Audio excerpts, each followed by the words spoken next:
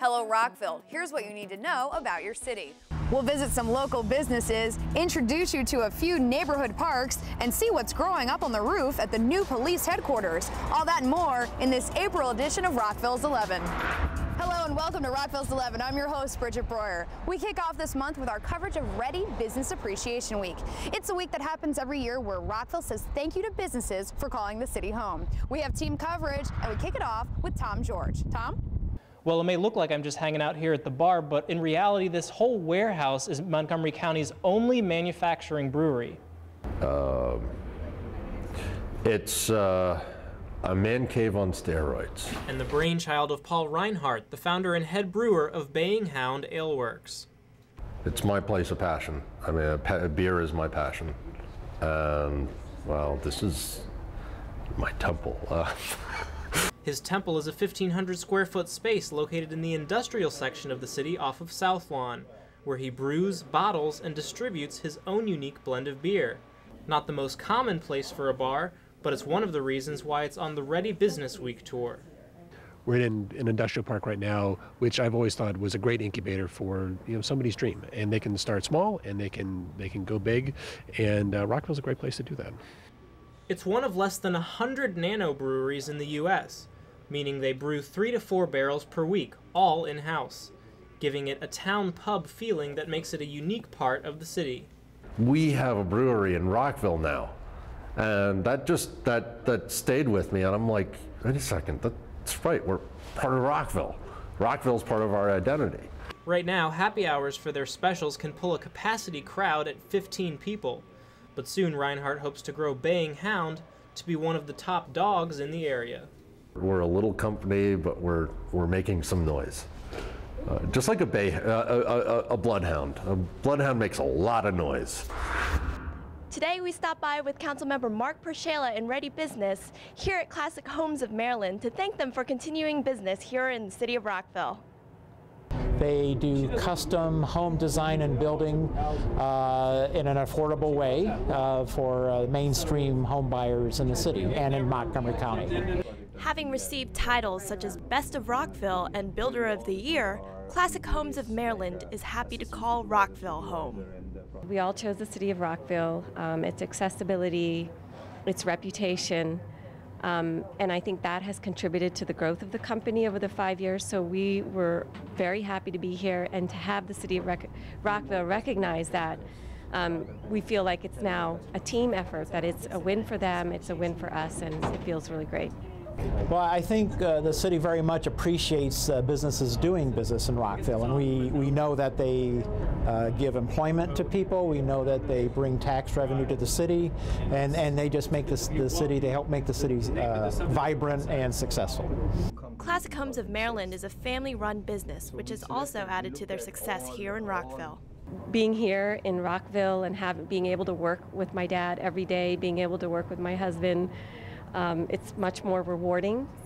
And on handing over the keys to new homeowners, it's all of us together. I'm sharing that moment with the rest of my family and with a new family, so it's very special to us. For more information on Ready, go to rockvilleready.org. We mix all of the ingredients and we roll out all the dough. Kelly Reiser's not talking about pizza here. He's referring to the organic dog food made at Max and Ruffy's, whose mission is to provide vegan, eco-friendly treats for dogs. We put it into our walk-in oven, which holds about 18 trays at a time.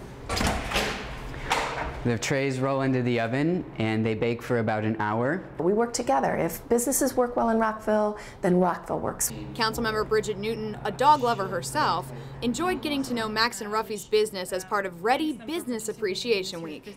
Well, it's very important that we show our businesses that we care and that we're here for them if they've got things they want to talk about or things that we can help make easier for them. For instance, one of the visits we've had, we talked about our zoning process and our inspection process and how we go about getting permits and things. And they can teach us and they can help us make things better for our businesses. So it's very important that we at least once a year do site visits and get to know people one-on-one so they feel comfortable coming to us.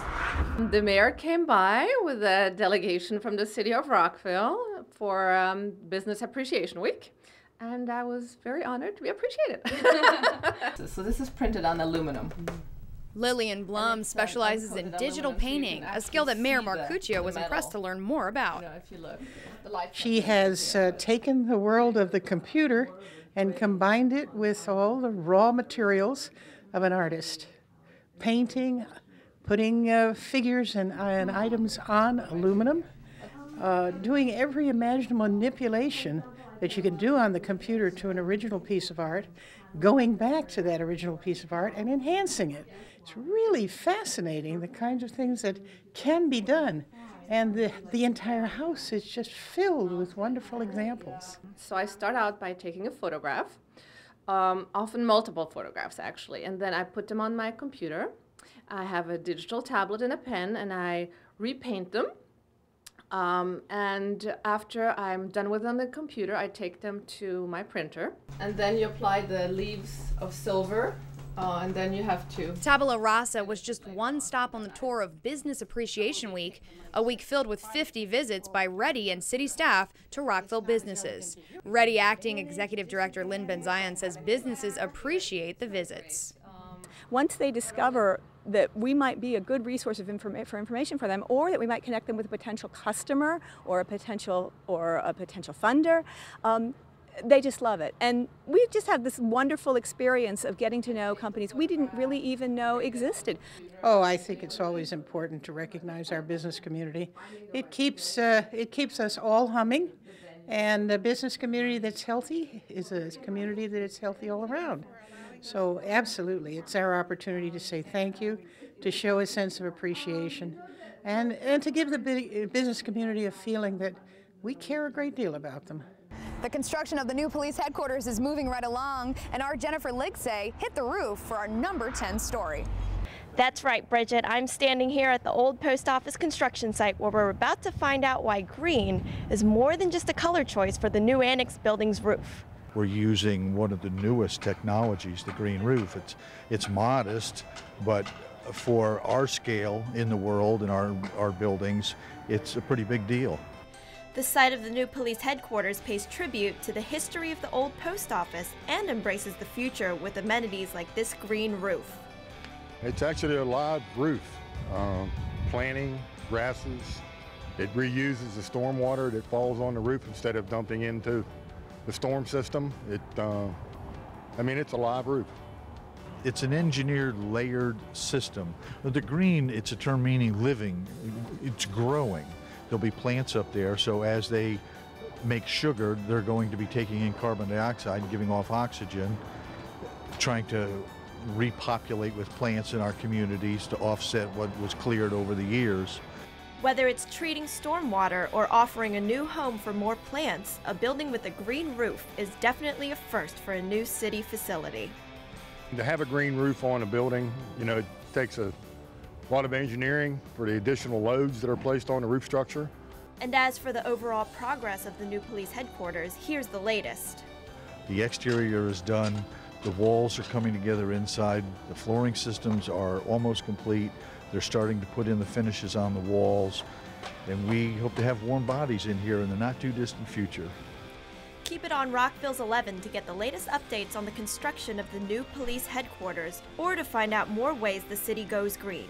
For Rockville's 11, I'm Jennifer Ligsay.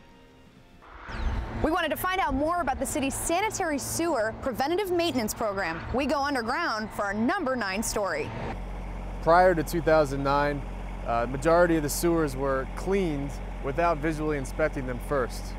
And we realized back at the time that in order to truly determine the overall condition of our assets in the ground, we needed to visually inspect every foot of pipe in the sanitary sewer system.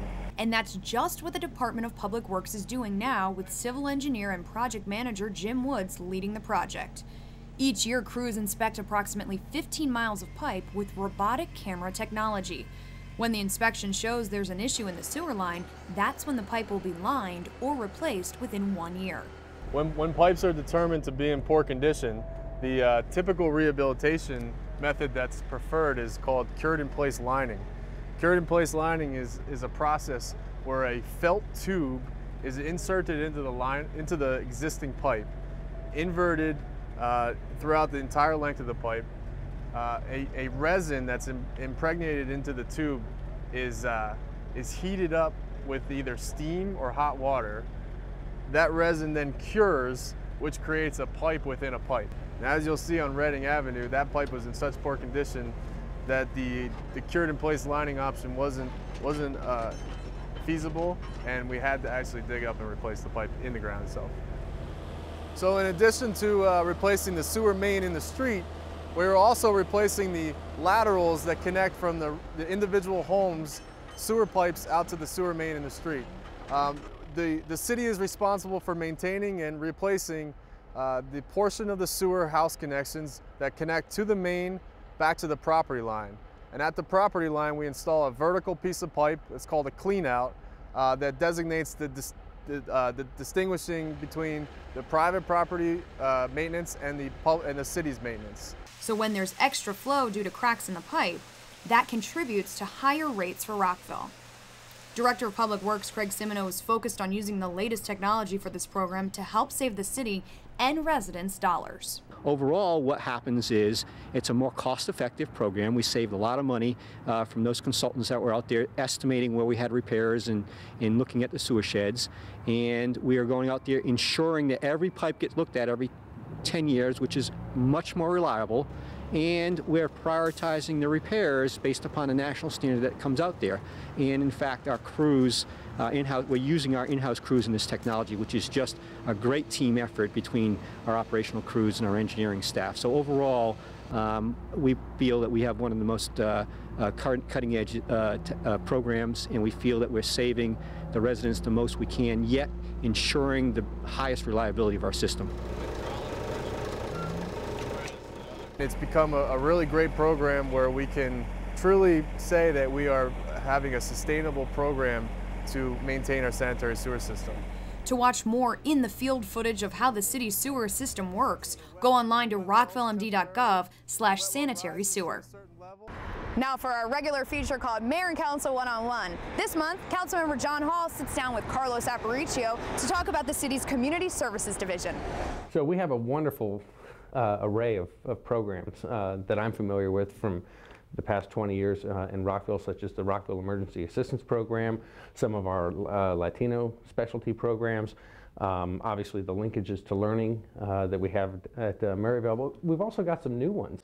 You know, one of the things that the division tends to focus on is the ability to be able to expand our programs and to be able to service the need. Every year we do an annual needs assessment, go to the area schools, talk to a lot of the people in the community that really give us some feedback on what programs they'd like to see. One of the programs that came out of that this year, actually two of them, one would be the Twinbrook Community Girls Power Group.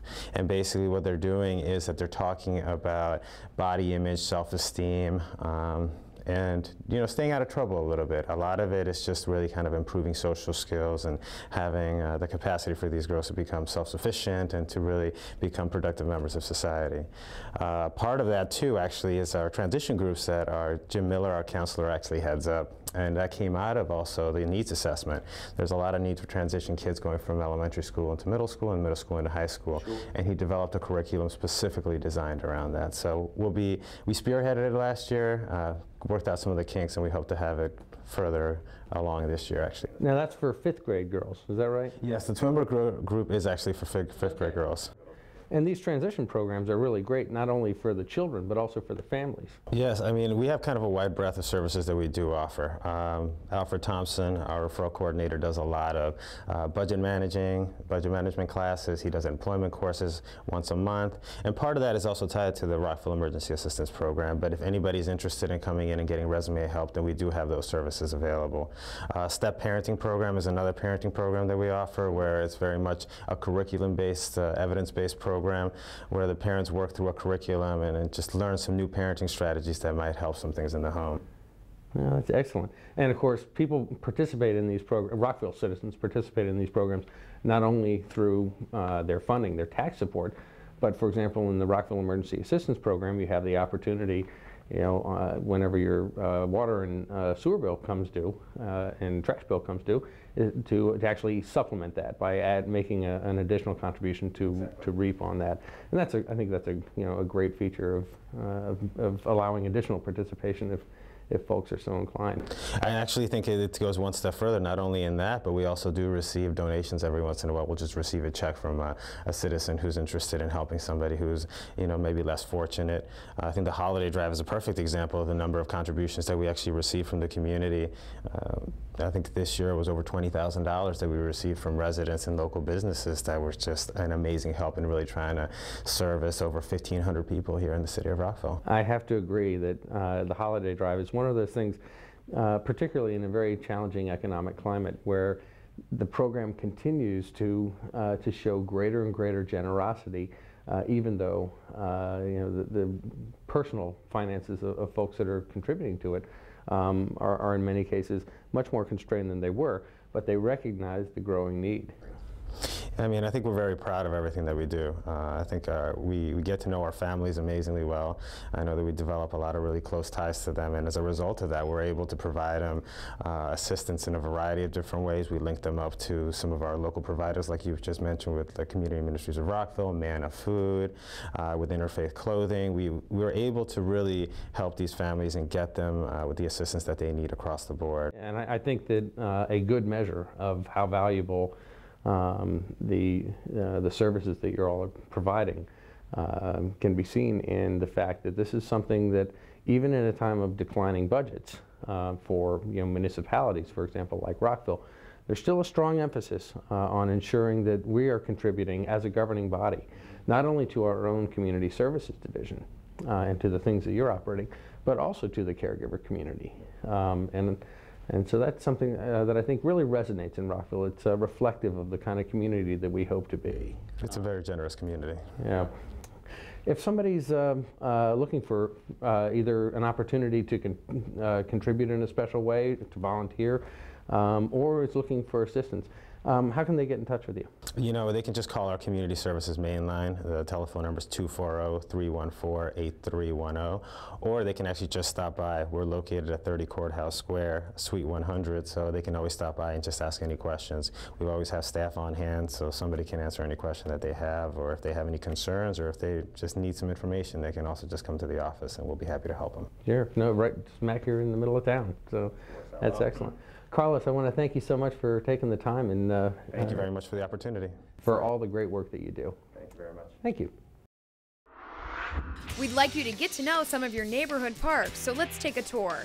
You can take a stroll down Memory Walk Park. Located at Lincoln and Douglas Avenues, this small park is a memorial pathway that was part of an art project commissioned 12 years ago. Each stepping stone of this unique pathway has a piece of art on it, designed by artists to represent the Lincoln Park neighborhood. You can practice your swing at Woodley Gardens Park, where the baseball fields are getting in shape for games and practices this spring. This park is also the perfect spot for your toddler, with a new playground that has the latest rubber safety surface using recycled rubber. Woodley Gardens Park is the second largest neighborhood park in Rockville at 38 acres.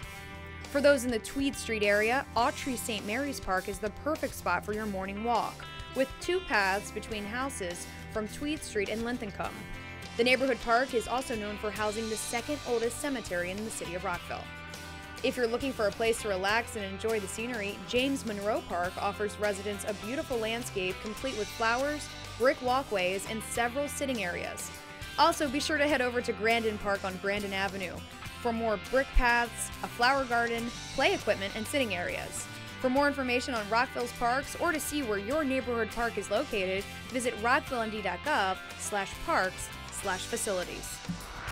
Hometown Holidays is back again this year, better than ever. We wanted to give you a preview in our number 6 story. Colleen McQuitty and her team are gearing up for another exciting Hometown Holidays happening this Memorial Day weekend. On tap for this year? We have 40+ bands on 7 different stages. And some of those bands include the Nighthawks, Sons of Pirates, and some new bands. We like to mix it up every year. We also have a marketplace, which includes handcrafted items and one of a kind. So you can find some neat stuff at the marketplace. We also have the Taste of Rockville, which we're expanding a little bit this year. We're going to have it in its normal place on Maryland Avenue, but we're also going to have some food spread throughout the festival site. So there'll be all different types of food for people to sample, and we're really excited about that. Thanks to the Chamber of Commerce and Community Ministries for organizing that for us. And then also new this year, we have a big music hall that's going to be on East Montgomery Avenue. It's going to have some big bands. People are going to be able to dance right in front of it. It'll be this big tent and big party, so we're excited about that. The event is free, happens Saturday, May 26th, Sunday, May 27th, and wraps up Monday, May 28th with the city's Memorial Day Parade. Everything takes place right in Rockville Town Center, just minutes from the Rockville Metro. And the whole weekend offers up fun for the whole family. Be sure to check out the Hometown Holidays Facebook page and follow the city on Twitter for the most up-to-date details about Rockville's biggest party of the year. Check out rockvillemd.gov/events to learn more. Spring means warmer weather, budding trees, and the ringing in of another season of Rockville's Farmers Market. Well, the Rockville Farmers Market's a grower-producer only market. So they grow all their own fruits and vegetables, you grow all your herbs, and then the same thing with like the meat and the dairy. And we do have a couple specialty vendors, such as, like baked goods, and we're gonna have a fish vendor this year and a coffee vendor to kind of round out the market. Mike Coppersmith runs the city's farmers market and wants residents and visitors to experience the best in locally grown food. Rockville it's fresh and local. So all these vendors are in Maryland, just outside the Pennsylvania line and down in Virginia. And what that means is that stuff's getting picked like the day before and the night before, sometimes the morning of. And when that stuff comes off the vine, it starts losing its nutrients. So compared to a grocery store, what you get at the Rockville Market, that's going to last you a long time. The Rockville Farmers Market is open for business starting May 12th, every Saturday in the county jury lot located at the corner of Route 28 and Monroe Street. And it's more than just the produce that brings people back. One of the things that really stands out is the relationship between the farmers and then the people that come and shop at the market. A lot of them have seen their kids grow up, and there's kind of a great bond. People walk around the market, but they've established a great rapport with each of the vendors. Go online to rockvillemd.gov/events/farmers or like Rockville's Farmers Market page on Facebook.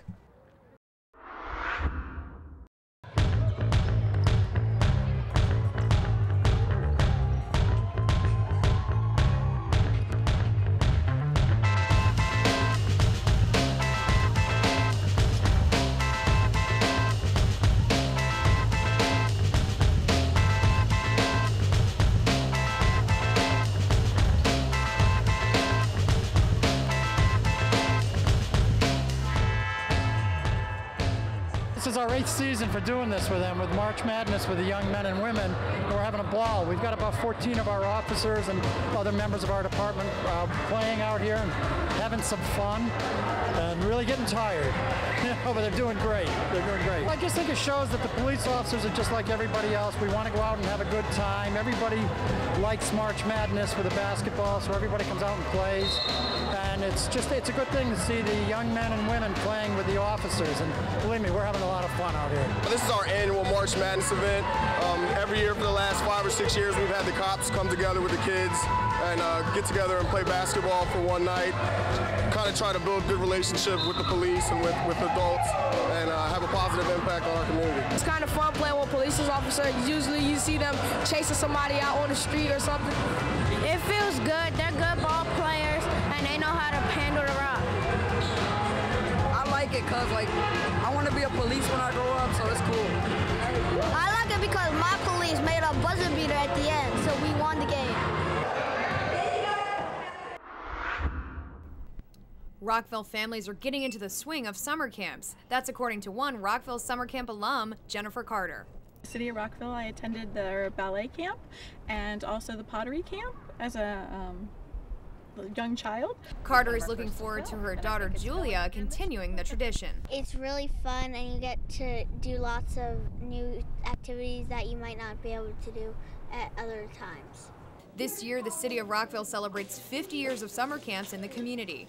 And it's come a really long way. It was a handful of camps, arts and crafts. I think there was archery and I think a sports camp. Now we have over 60 different camps. That's the word from Recreation Program Supervisor Jan Golden, who's ready for another summer of Rockville camps. I think that we really have so much to offer. We have so much value. We have everything from a general multi-sports camp to a beautiful theater camp, wonderful pottery camp, field trip camp. So we have a lot of specialty camps that a lot of people aren't aware of. So we really have a lot of value and a lot of different programming for all interests. Whether it's exploring the outdoors or enjoying arts and crafts, the city's summer camp program has something for every child. Registration for Rockville summer camps is now open. Go to rockvillemd.gov/recreation for more information. Rockville's artistic talents were on display at the annual Student Art Show. Our Tom George was there to cover it for our number 2 story.